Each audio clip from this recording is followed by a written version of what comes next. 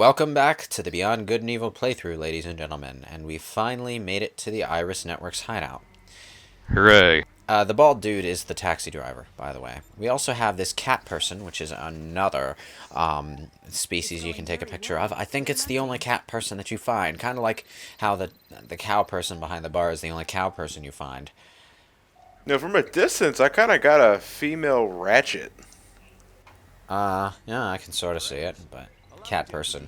Sort of like a Siamese cat, um, if you remember that kind of cat. Are we talking about an actual Siamese cat or the really racist one from the Aristocats? Aristocats. Oh, okay then. That was not what I was expecting, but all right. It's the only Siamese cat I've ever seen. I like how this guy's pipe just sort of sticks through his upper lip. Oh, man. You'd have to be blind not to see it. Yeah, you see, it's funny because he is blind. The problem is, like, if through years he has an umbrella in his mouth, Yeah. but only because people have told him that he was actually smoking a pipe. Yeah. I also like how Hans is wearing Velma's sweater. Jinkies. Jinkies. Anyway, yeah, we need to go on our first mission for the Iris Network. And the game sort of changes styles completely after the first dungeon, because you think it's going to be combat and adventuring through caves and whatnot, but no, now it's sneaking around military hideouts trying to expose a conspiracy. And that's I like it, but this is kind of a game where I can't help but think it sort of needs a remake, if only to make the stealth gameplay better. Because it's a charming game and I enjoyed it when I played it, but the mechanics are very simplistic by today's standards, incredibly simplistic by today's standards.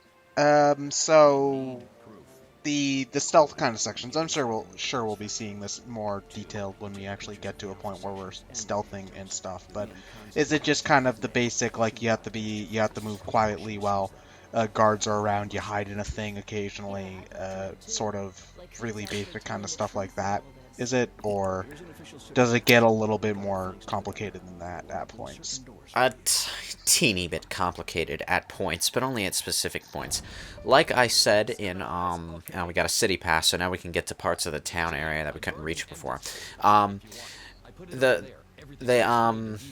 Like I said before, the stealth sections are one-solution puzzles, because the enemies move around in very specific patterns. And in fact, if you get spotted and then hide, and the enemies have to go back into position, the enemies that are that are in position will wait in place until all the enemies are back in position, so that they can move in the exact same patterns at the exact same times that they're supposed to allow you to pass. Wow. It's that choreographed. Not very bright. So the maker of Beyond Good and Evil is Michel Ancel. Yeah, he's one of the Yes. bigger Ubisoft guys from, Yeah. basically, he's the creator of Rayman, I know for sure. I'm not familiar with any other franchises he's had a hand in, but I do have my browser open, so I'm gonna... I'm only seeing Rayman, Tonic Trouble, and Peter Jackson's King Kong, the official game of the movie. Yes, that's its entire name. Wait. Wait, what? Peter Jackson's King Kong, the official game of the movie. Holy shit. Oh man, but yeah. Honestly, I will knock the game a few points for the stealth mechanics, because we did have Metal Gear Solid before this, and also stealth games, probably like Siphon Filter maybe. And I don't remember much of that game, but I seem to think I seem to remember it being more complex than this. Well, I do know that Metal Gear Solid did, like, make stealth popular. I don't think it was the first stealth game, but it was the first widely successful stealth game, to be sure. And Well, so, yeah. A lot of stealth games borrow elements from it, and to the point where a lot of not stealth games borrow stealth elements, because stealth was the cool new thing now. So, like, I can understand, like, when stealth isn't your main focus, like, making the stealth gameplay a little bit more simplistic. But Yeah. when it's the way you're talking about it, it sounds like a major gameplay mechanic. So Yeah, in fact, there are sections of the game where there's this drone floating around above the area, and if any soldier spots you, the drone immediately insta kills you with a laser. oh, okay, so that Yeah, well that So it's answers. like you're playing that. It's like fucking playing in European extreme mode in Metal Gear Yeah. Solid. So okay, so that answers a question that I was going to ask, which is how forgiving is the stealth mechanic? Well, it depends on what area you're in, but especially early game, you want to avoid fighting soldiers whenever possible because they take quite a few hits to kill, and when they do manage to hit you, it hurts a lot. So, if you're good with combat, you can fight everything, but well, almost everything, but I wouldn't recommend trying. Oh, and this is where she picks her code name. She calls herself Shawnee. But because she goes by this code name, the Doms only ever know her by that name, which is why later on in the game, the Doms leader is calling her Shawnee. Some She picked people... that very quickly. Is that like someone important to her or something? Or is I that just don't believe so. okay? Oh damn! Another plot point for Beyond Good and Evil 2. Yeah, I don't know. Maybe it's something peripheral, but I never heard anything about it. A lot of people seem to think it's her real name, quote unquote, but no, it's just her code name, and the Doms know her by that because it's the name they hear Maybe a relative. her referred to by. Maybe. I don't. Okay, that was just me guessing. No, well, Jade's background is a plot twist in and of itself, but it's a plot twist that's never fully explained. We have this shop here. The shops work by talking to the shopkeeper, saying that you're going to buy something, and then just picking it up in exchange for money. And yeah, some of the stores sell pearls and other stuff. There's a heart container in the basket over there.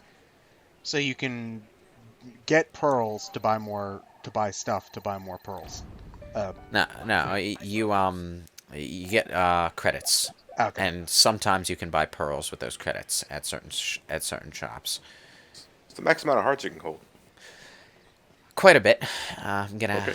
have I don't actually get all of them, but I have more hearts than I'll ever need by the end of this game. It's not a very difficult game, so. And we have walrus people now. Walrus sapiens. Wow. I didn't know that the scientific name for walrus was walrus. It's Damn like, lazy scientists. Also, you want to take a picture of the fish in the tank next to him.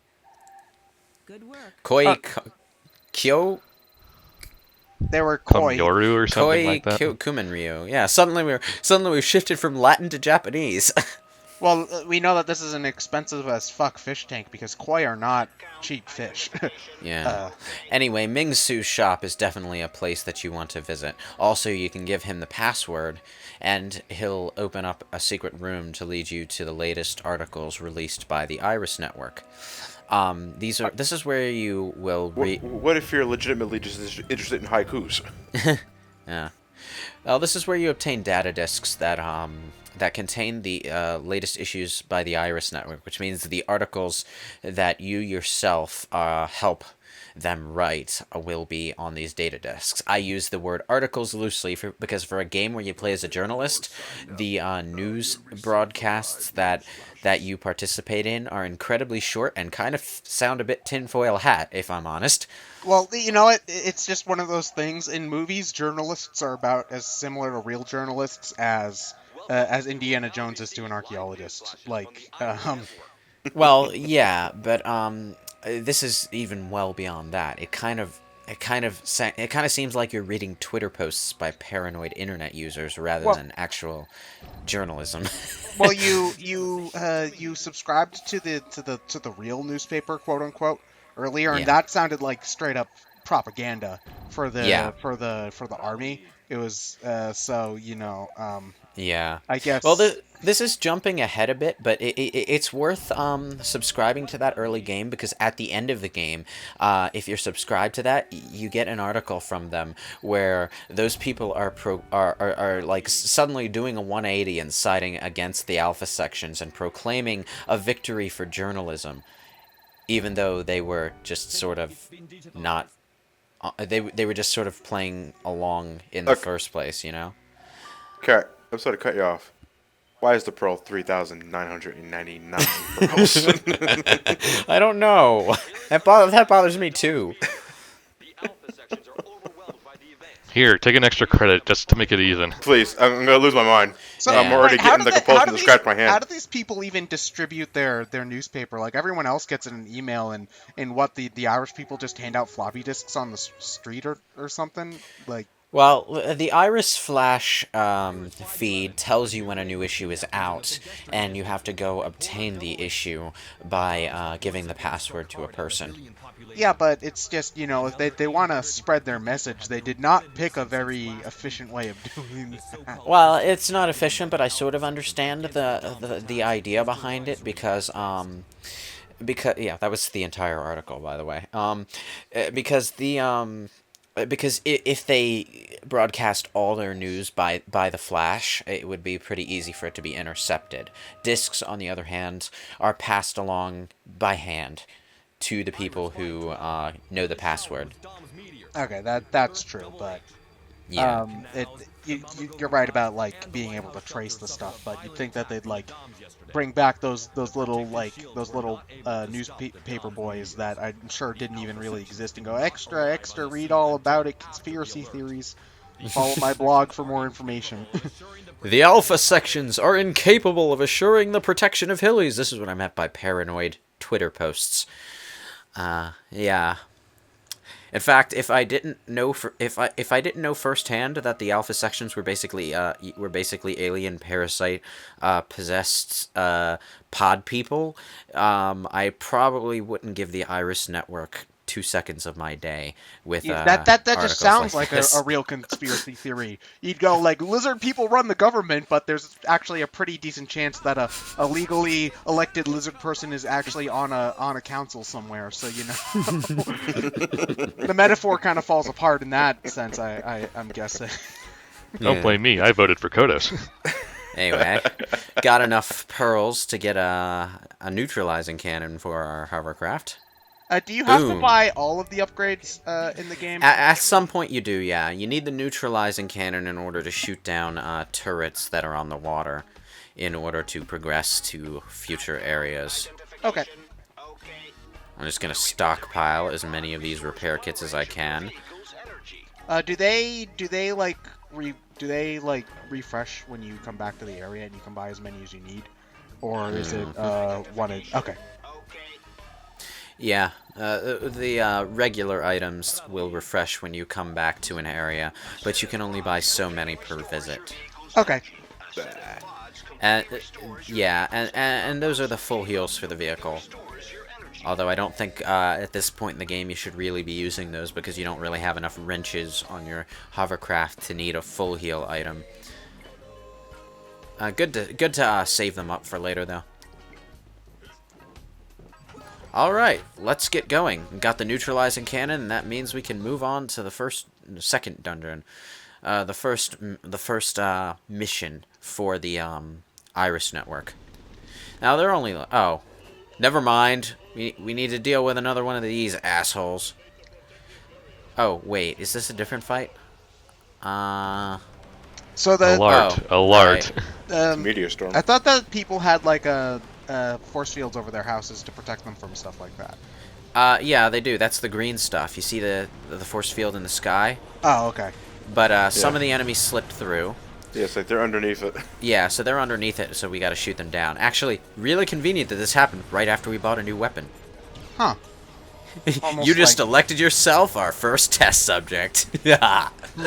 Boom. Anyway, yeah, the neutralizing cannon is a lock-on missile. And you need this to shoot down turrets that would otherwise destroy your boat if you got too close. Otherwise, you can't progress down certain pathways. There are no ammo count for anything. You just shoot as much as you want. These are just ships. No, I'm talking about, do you have limited ammunition? Oh, no ammo count, no. Okay, good. What does the compass do exactly? Is that just the map, or does it point you towards your like current objective? I don't know. I've never used it. Now that I think about Nobody it, tells Jade which way is north. I sort of forgot that existed. Alright, you another animal to take a picture of is the whales. I think there's one or two of these floating in the background. All the battleships are dead, by the way, right? Yeah. These goddamn go on a whale cruises are such a waste of money. Jeez. But yeah. They paid a lot for it, so whatever. Yeah, the whales are difficult to take a picture of because you can only really get them in frame when they jump, which happens only every so often. So you gotta just sort of hover your camera on it and cross your fingers. Alright. So hold on, we're Onward. gonna do. Are we gonna be able to get to the secret military thing this part or next part? I think we get there this part. Ah, You shoot it, and then if you shoot it again while it's down, it'll say thank you for your cooperation. I think they stay down permanently once you shoot them, so you don't need to always shoot them down. Ugh. Oh yeah, and the neutralizing cannon can lock onto multiple targets at once, which I'm trying to demonstrate, but it's a little unreliable with these boxes. I counted 2. Yeah, it's like the missile sort of gets stuck on one target and doesn't arc around to the other. it Oh, would we're not- probably be easier if they were a little bit farther away from you. Yeah. More likely. Yeah. Alright, we're not going to go straight to the first dungeon. Actually, we're going to do another looter's cavern. Okay. The missiles. The first thing that pops to mind is actually the mech in Sonic Adventure 2. Does it work like that, where like you aim your reticle over multiple things and then it shoots them all at once? It sort of just homes in on targets that are generally in front of you. Okay. I didn't actually explain the looter's caverns the first time we did one of these things, but somehow they hack your bank account through your hovercraft, and you need to chase them down. Why they need to be in close proximity to you personally to hack your bank account, I don't know.